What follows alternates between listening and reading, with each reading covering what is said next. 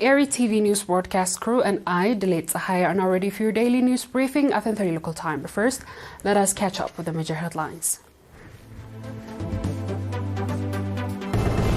Eritrea College of Medicine and Health Science graduates 275 students. Training on producing and using natural fertilizers in Eritrea. Crashes hitting Ukrainian armed depots.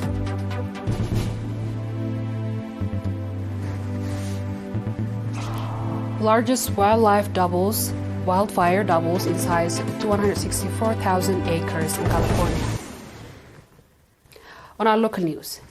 In its third commencement, Eritrea College of Medicine and Health Science has conferred postgraduate Doctors of Medicine first degree and diploma qualifications to 275 students today. The graduates include 12.7% in degree programs and 87.3% in diploma programs, with 47.6% of the graduating students being females.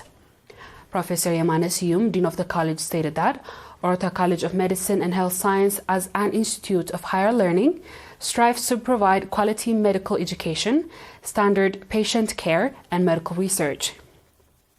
He emphasized that the college ensures its education programs including content that is aligned with the current global developments, focusing on primarily health care and addressing community needs. According to Professor Yamane, the graduates include 22 with degree of Doctors of Medicine, 9 with Bachelor's degree of Clinical Laboratory Science, 4 specializing in pediatric and health, and 1 specializing in obstetrics and gynecology. In the diploma programs, the graduates include 20 in medical laboratory technology, 20 in pharmacy technicians, 120 in comprehensive nursing, 30 in dental technology, 17 in radiology technology, and 25 in environmental health technology. Professor Yamane also urged the students to serve and improve the quality of life and health of their communities with compassion, honesty, and integrity. In her keynote address, Ms. Amina Hussein, Minister of Health, noted that significant investment the government of Eritrea is making to provide equitable education opportunities to its citizens, which is yielding encouraging results, and she called on the graduates to apply the knowledge practically and serve their people with utmost dedication and alliance. The representative of the graduates, commending the educational opportunities provided, expressed their conviction to meet the expectation of the people and the government that supports their education.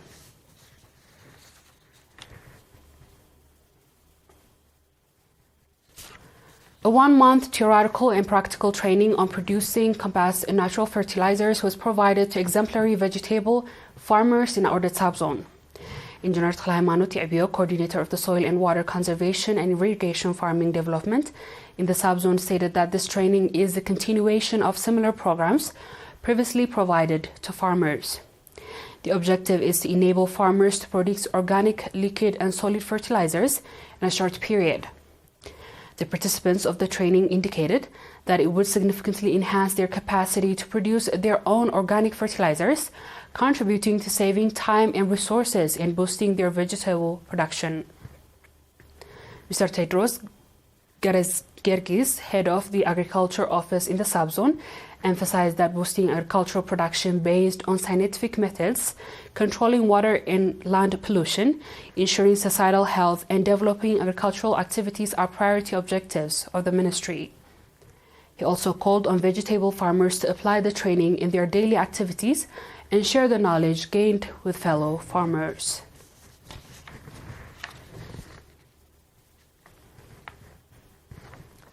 Commandable water and soil conservation activities aimed at environmental restoration is being conducted in the central region.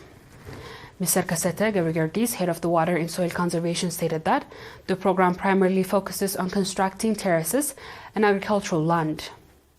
He indicated that over 2,220 hectares of terraces have been constructed so far, representing a more than 60% increase compared to 2023. Mr. Takhaste further noted that the plan to construct 250 hectares of terraces by the community and the members of the defense forces has been fully completed. Additionally, 1,300 hectares of terraces have been renovated and 51,000 cubic meters of water diversion schemes have been constructed. In the central region, over 1,500 hectares of irrigation farming are being developed from 133 big and small dams.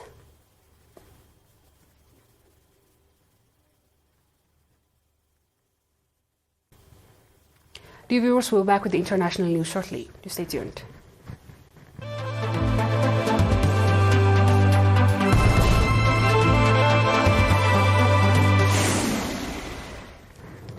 Welcome back.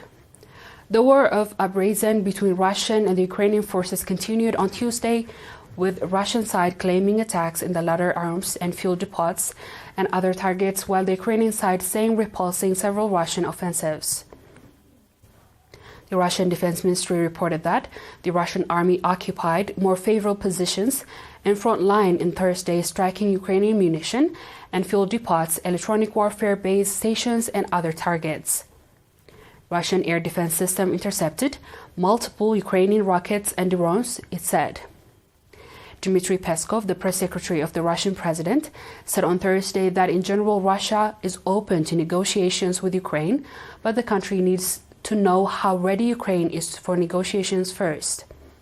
In a recent interview with BBC, Ukrainian President Volodymyr Zelensky expressed the possibility of peace talks with Russian representatives, including Russian President Vladimir Putin.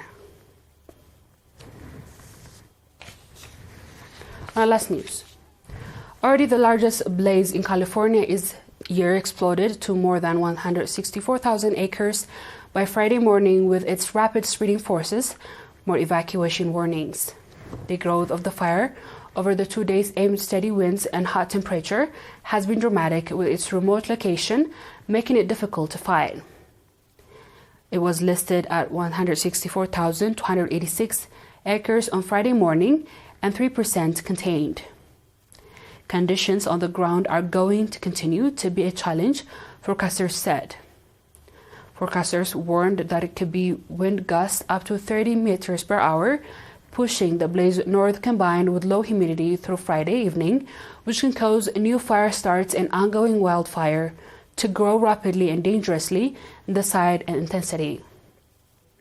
In Navajo Country fighters battling the park, fire remained, focusing on protecting structures and the public until additional crew arrives. We've come to the end of tonight's news. Let's have a quick recap of the headlines.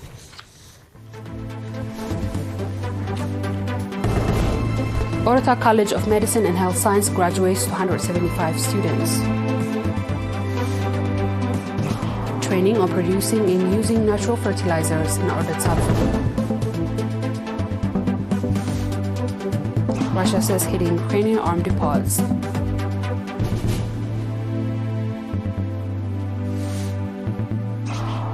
Largest wildfire doubles in size to 164,000 acres in California. That wraps up our stories for tonight. Thanks for watching and have a good night.